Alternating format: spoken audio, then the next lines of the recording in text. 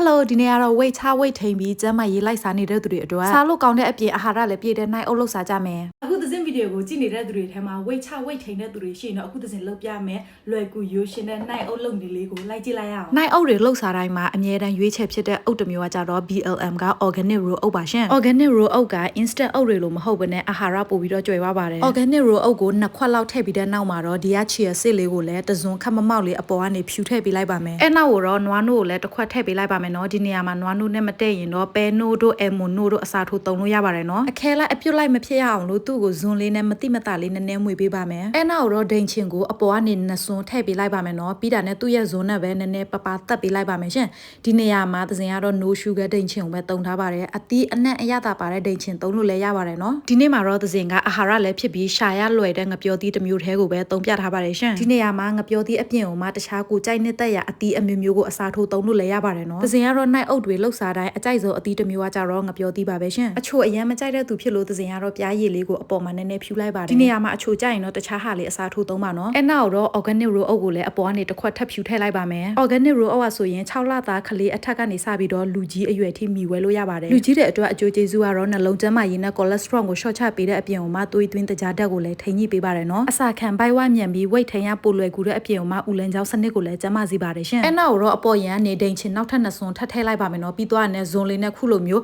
ပလစ်သွားအောင်ပေါ့နော်နည်းနည်းလေးတက်ပေးလိုက်ပါမယ်ရှင်ဒီနေရာမှာ3ဇွန်းလောက်ထည့်လဲကိစ္စမရှိပါဘူးနော်ပြီးရင်တော့အပေါ်ရန်ကနေခုလိုမျိုးအစစ်အဆန်လေးတွေအတီကြောက်လေးတွေကိုအလှဆင်ပြီးတော့ဖြူထည့်လိုက်ပါမယ်ပေါ့နော်ဒီနေရာမှာအတီစစ်လေးတွေနဲ့အလှဆင်ဖြူထည့်လို့လည်းရပါတယ်ရှင်သစင်ကတော့အတီ6လေးတွေကိုပိုကြိုက်တယ်ဝါရတဲ့ခါကျပို့ပြီးတော့စားကောင်းပါတယ်နောက်ဆိုအပိတ်ပြားရည်အနှဲငယ်လေးဖြူပေးလိုက်ရင်တော့ရပါပြီနော်အဲ့နောက်တော့ဘူးအဖုံးသေးချပိတ်ပြီးတာနဲ့သူ့ကိုရိုးရိုးရေခဲတစ်တာအခန်းထဲမှာတညထားပေးရပါမယ်ရှင်ရိုးရိုးအခန်းတော့အခဲခန်းထဲမှာထည့်လို့မရပါဘူးနော်ထထန်ခုဆိုရင်တော့နောက်တရက်မနဲ့ရောက်သွားပြီမို့လို့စားလို့ရပါပြီနော်အနေထားလေးကတော့အရန်စားချင်နေတဲ့အနေထားလေးပေါ့နော်သူကလေတလုတ်ဆိုတလုတ်ဝါလိုက်တဲ့အခါကျရင်လေနုပ်ပေါ့နော်ပြပြနစ်နစ်စီစီထွေးလေးနဲ့အရန်ကိုစားကောင်းတယ်ရှင်ဒါမျိုးနိုင်အုပ်ဟာဆိုရင်ဒီကျန်းမာရေးနဲ့ညီညွတ်တဲ့အပြင်ကိုမှ weight ချ weight ထိန်းနေတဲ့သူတွေအတွက်ဆိုရင်တော့လေမရှိမဖြစ်မိဝဲတင်တဲ့ဒီစားစရာတစ်မျိုးလို့ပြောရမှာပေါ့နော်သူ့ကိုမနှက်စာဖြစ်ဖြစ်ညစာအနေနဲ့လည်းအစားထိုးစားလို့ရတယ်ဒီနေရာမှာကျန်းမာရေးနဲ့ပတ်သက်ပြီးတော့နည်းနည်းမျှဝေပါမယ်နော်သစင်ကဘာကြောင့် organic raw အုပ်ကိုရွေးချယ်တင်တယ်လို့ပြောတာလဲဆိုတော့ဒီ organic raw အုပ်ဟာဆိုရင်ဓာတုဆေးဝါးအကျွင်းကျန်တွေကင်းစင်လို့ပါပဲရှင်နောက်တစ်ခုကသူက instant အုပ်တွေလို့မဟုတ်ဘဲနဲ့ organic raw အုပ်ဖြစ်နေတာမလို့ပြပြဖန်တီးမှုအဆင့်နဲ့ပြီးတော့တဘာဝအတိုင်းကပေးတဲ့အမြင့်တဲ့ vitamin ဓာတ်တွေကအပြည့်ရှိနေပါတယ်နော်ဒါမျိုး organic raw အုပ်ဟာဆိုရင်ခုလိုမျိုးနိုင်အုပ်မှမဟုတ်ဘဲနဲ့တခြား menu အများကြီးကိုလှုပ်ရှားလို့လည်းရပါတယ်